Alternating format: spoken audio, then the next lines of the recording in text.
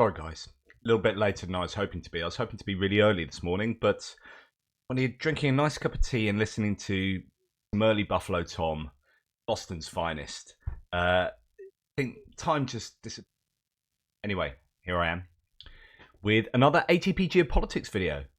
The first part of the news update for the 6th of November 2023. Let's go to where we normally start, the Ukrainian general staff figures for the Russian losses for the day before. All the usual caveats apply, and you can find them in the description to this video below. We have this, again, similar scenario where there's top-heavy numbers in the personnel category and far fewer equipment losses than we have seen previously. 880 personnel lost is a big number. Now, you might expect there to be issues with being a Monday, sometimes reflecting Sunday's activity, and well, not necessarily reflecting the activity, but I think they just don't get their figures in as routinely on a weekend day as they do on other days of the weeks.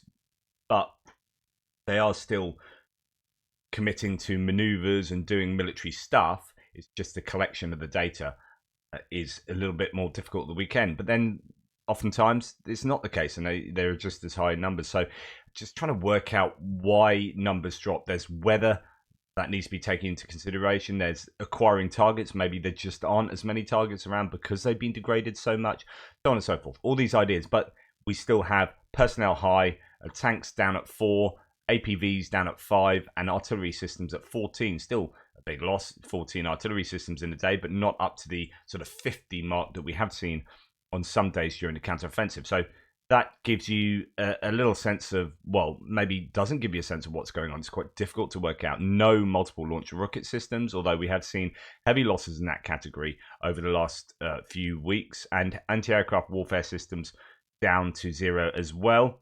We don't often see huge numbers in that category. As you can see, the average over the course of the war is just over, well, it's about just under 1 a day, sorry, I think. So it is not a big category of heavy losses on a daily basis, but still none there. 20 drones and 2 cruise missiles. That won't be from last night, I don't think, but from the night before.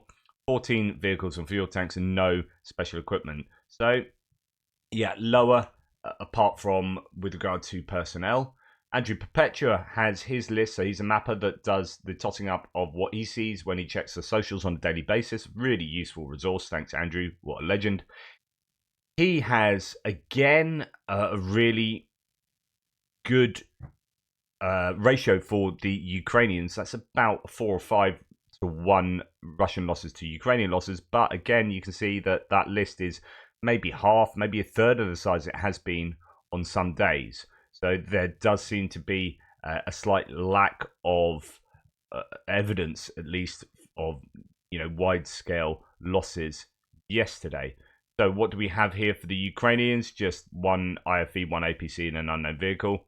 And then for the Russians, we have just a spread across most categories, but actually mainly trucks and civilian vehicles. A few IFVs and APCs and whatnot. A couple of BM-21 Grads. This is what it's talking about with regard to multiple launch rocket systems being lost on, I think, a larger scale over the last week or so than usual. But actually today, nothing as according to the General Staff. But that footage coming out, and I think that's probably referring to this here, which is HIMARS taking out 2 Russian BM-21 Grad multiple launch rocket systems on the left bank of the Kherson Oblast, the left bank of the Dnipro River. That is interesting for several reasons. One is the degradation of the multiple launch rocket system of Russia's artillery capability, but also HIMARS being used to do that as well, I think is significant to note. When we look at other footage that's out, I thought this was really fascinating. And I'd love to know, the accuracy of this. But Magyar, who's in charge of that, famous guy in charge of that drone unit, said yesterday 300 Russian first-person view drones were landed or destroyed by Ukrainian forces. I'd like to know not so much the accuracy, but actually what the time frame for that is. The footage are from the Russian FPV drones that are downed by a Ukrainian electronic warfare system.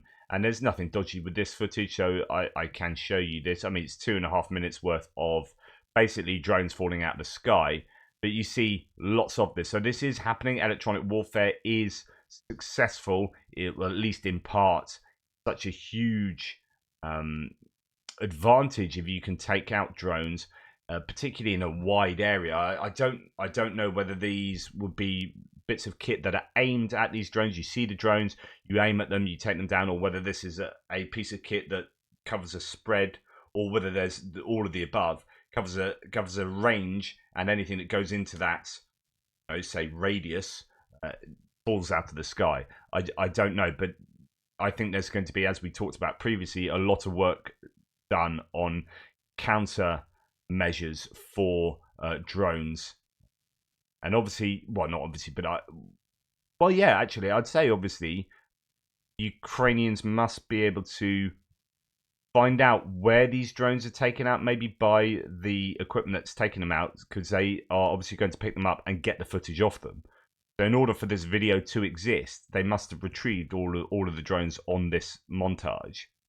So it'd be good if there's a drone expert that can detail kind of how these systems might work, whether they can indicate that they have taken out a drone, or do they just sit there and do their thing and you don't know what drops?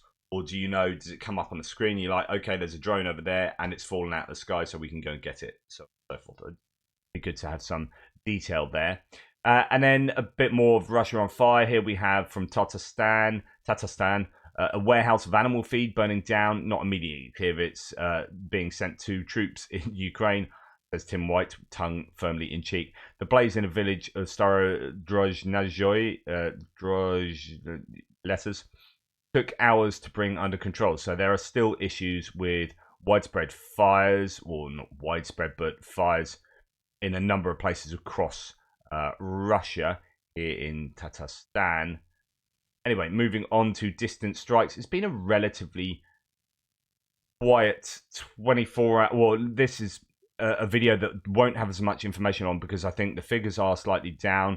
There were strikes last night, but I did my news videos later yesterday, so that will include a lot of news that you would have got this morning on yesterday's video or videos. So yeah, not so much. And geopolitically speaking, I've got very little to say in the next video, so I'm sure I'll find something to talk about.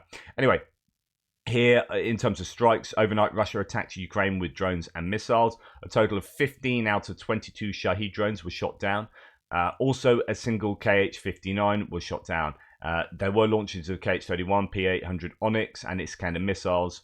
Damage is at the moment being assessed. Those are missiles that are much harder to take out. Those Onyx, Iskander, ballistic, anti-ship missiles as well are a challenge for the Ukrainians. Now, Odessa was targeted in quite a long, drawn-out attack last night. I think there was 9 hours of attack, was it, on Odessa?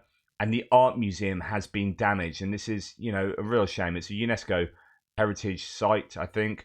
The walls of the building were damaged. Some windows and glass are broken. Work is being carried out to examine and fix the damage.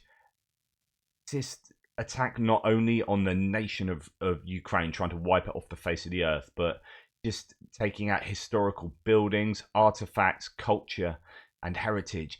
Just, it's horrible, isn't it? So here we have some images of damage to the art museum. Real shame.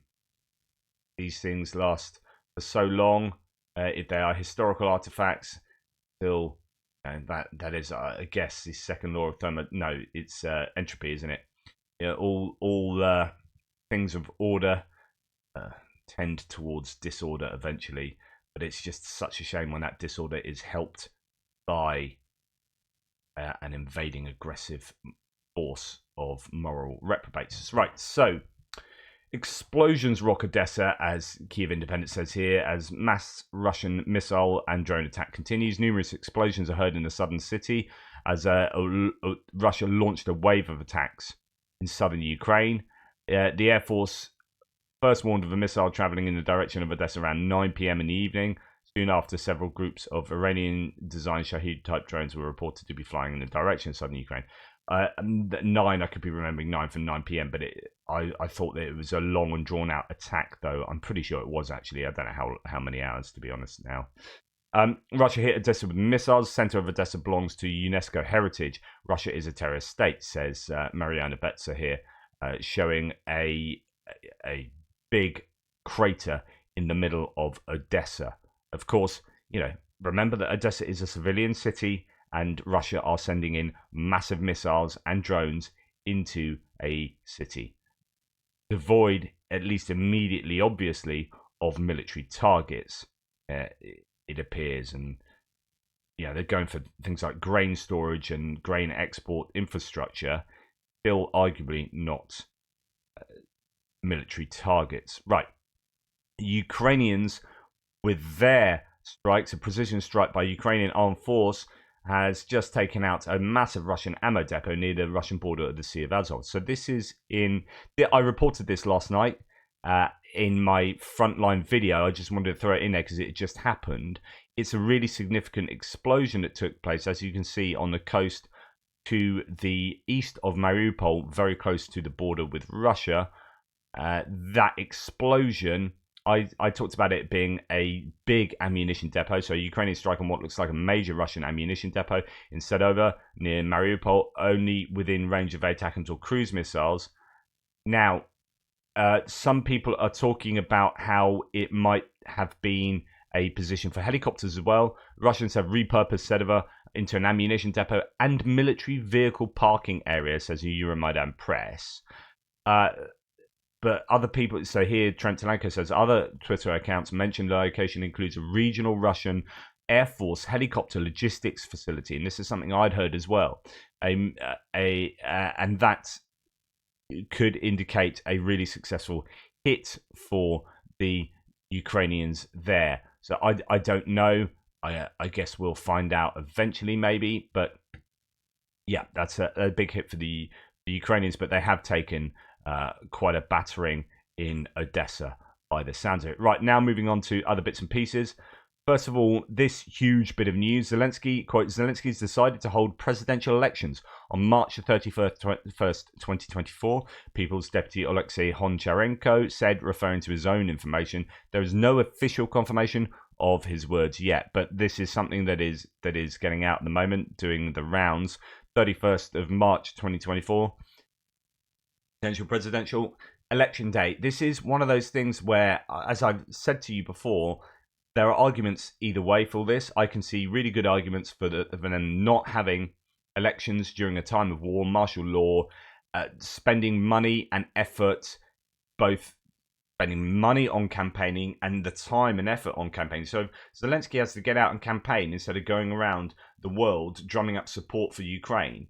Is that a good use of his time? I would argue no. So I think there are strong arguments not to have it, but then the arguments to have it, to like showcase that it is a democratic nation, because many people still giving the Russian talking points that it's not democratic, and yet it's a damn sight more democratic than Russia. There are arguments for the election too. So, it might well happen. There's been lots of pressure, supposedly, from outside entities, from international movers and shakers, towards getting this done. I think so. It probably looks good, and it shuts down those critics, aforementioned sort of critics. Right, moving on. This is something that's happened routinely during this war. In temporarily occupied Crimea, hackers hacked the air of a local Russian TV channel and launched a pro-Ukrainian video. That can be seen on social media networks. They have done this a number of times, just sort of trolling the Russian disinformation sphere, I guess. Russian media claims that construction's begun on a railway linking Rostov-on-Don to occupied Crimea. So just to let you know where we're talking about here, looking at my map, we've got Rostov-on-Don here.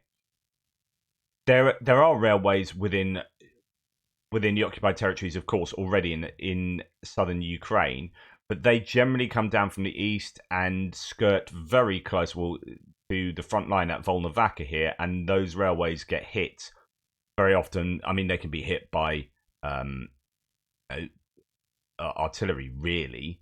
Let's see how far it is to Volnovakha, yeah, 23 kilometers there from a place where you could easily have artillery. So Volnovakha is not a great place to have your railway coming through. So I guess this is just taking a railway from Rostov all the way down, through Mariupol to Berdyansk and doing it down south. But of course, if you have ATACMS and cruise missiles, that railway still isn't particularly safe. But apparently, construction has started. A railway will run through occupied Zaporizhia Oblast and offer Russian troops an alternative to the Crimean Bridge. Obviously, they're worried about the Crimean Bridge getting hit, but of course, if the Crimean Bridge can get hit, and that's even further away, what does that say about a simple railway going down in the south of Zaporizhia?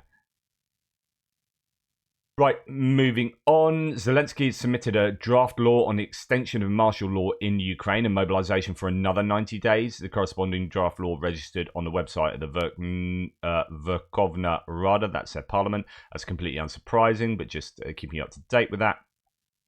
Now, I thought this is well worth sharing. So, we are preparing for the worst winter in history, stated the Minister of Foreign Affairs, Dmytro Kuleba, during an interview with Die Welt. That's why, quote, that's why we will close our eyes if we don't get Taurus, but we get air defense systems. We try to protect our power plants as best we can, but the Russians are learning. They will once again test our endurance with their missiles. The idea that it's great, we need air defense systems, of course we do, all the time.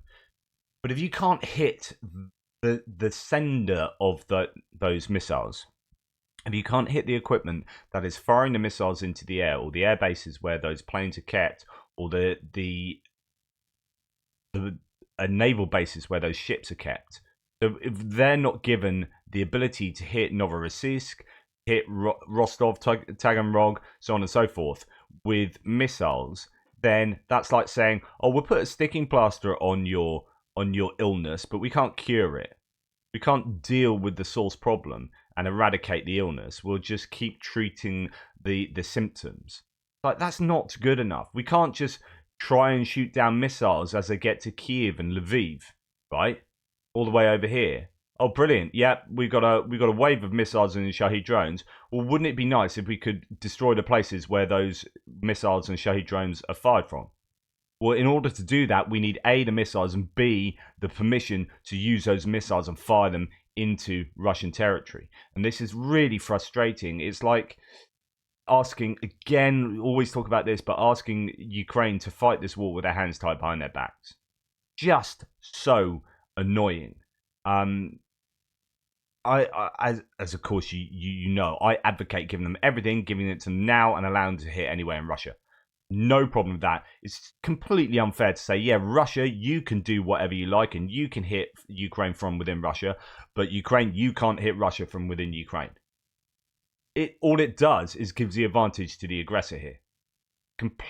It's complete nonsense. Anyway, that's enough for the first piece of news from me. Please like, subscribe, and share, and I'll be with you with, no doubt, a shorter second piece coming soon.